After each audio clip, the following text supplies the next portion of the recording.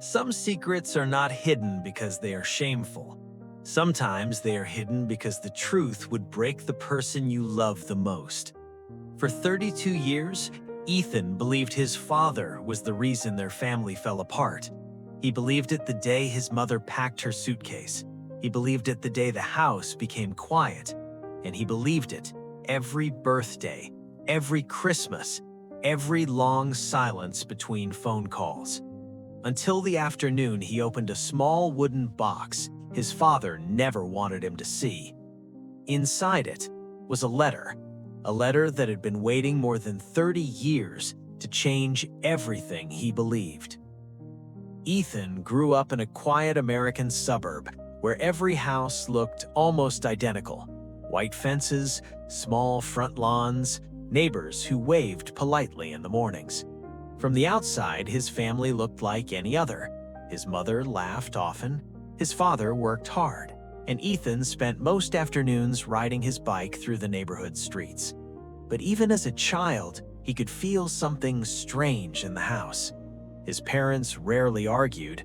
There were no shouting matches, no broken plates, but the silence between them felt heavy, like something invisible was always sitting at the dinner table. His father, Michael, was a man of few words. He worked as a mechanic.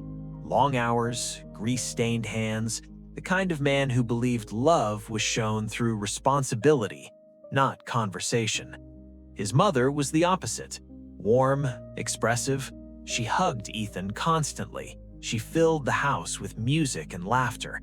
And maybe that difference was the beginning of everything. One evening, when Ethan was 9 years old, his mother called him into the kitchen. She was sitting at the table with a small suitcase beside her chair. Even as a child, Ethan knew something was wrong. "Mason," she said softly. His name sounded different when she said it that way. "I'm going to another city for a while." "For work?" he asked. She didn't answer right away. Then she reached across the table and held his hand. "Your father and I can't live together anymore." Ethan looked toward the hallway where his father's workshop door stood closed. "Did you fight?" She shook her head slowly. "No." "Then why are you leaving?" She looked down at the table.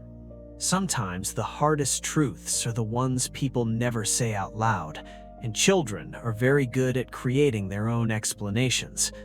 When she left the house that night, Ethan created his. His father must have done something wrong. After that day, the house felt completely different. The laughter disappeared. The music stopped. Dinner became quiet. His father spent even more time in the garage, fixing engines, sorting tools, doing anything that kept his hands busy, but never talking about what happened.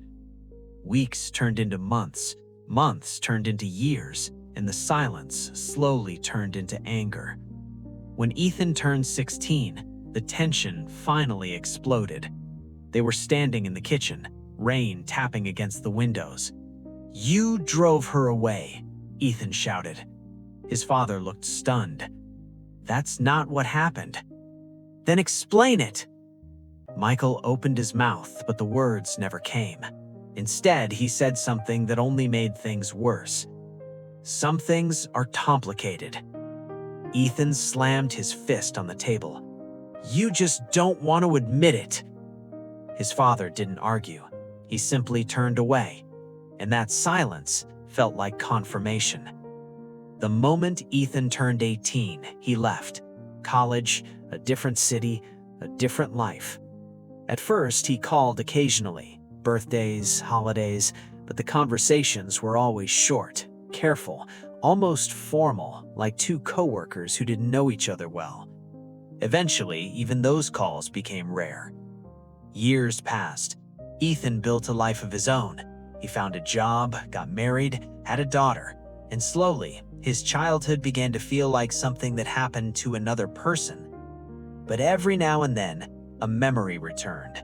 His father standing in the garage, quiet dinners, unanswered questions, and every time, that same belief returned.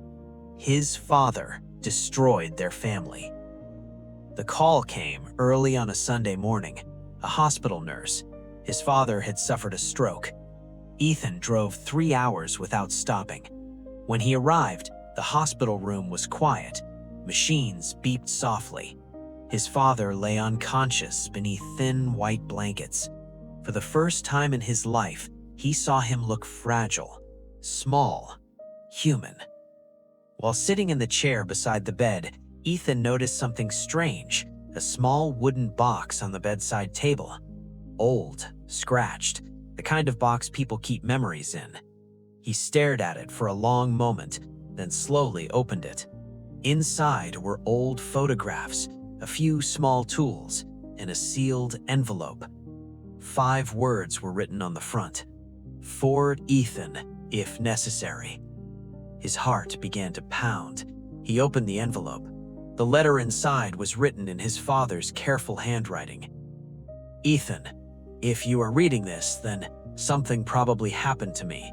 There was something I never told you, not because I wanted to lie, but because sometimes the truth can hurt someone you love more than silence. The day your mother left was not the day she stopped loving you, but it was the day she stopped loving me.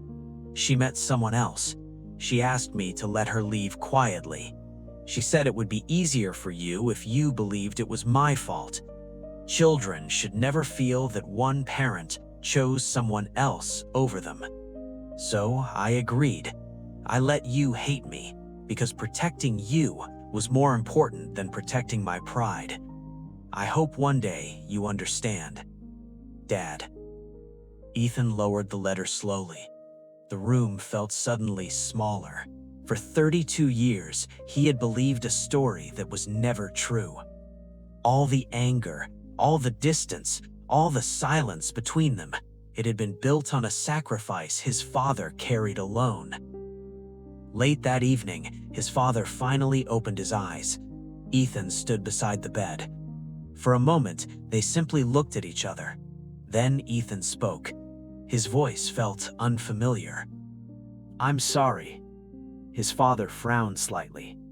"For what?" Ethan placed the letter on the bedside table. "For believing the wrong story for 32 years. Michael looked at the envelope, then back at his son, and something softened in his eyes. He didn't say, "I told you so." He didn't explain. He simply reached out and squeezed Ethan's hand. A quiet gesture, but for the first time in decades, there was no silence between them. Because sometimes, the greatest sacrifices parents make are the ones their children never see.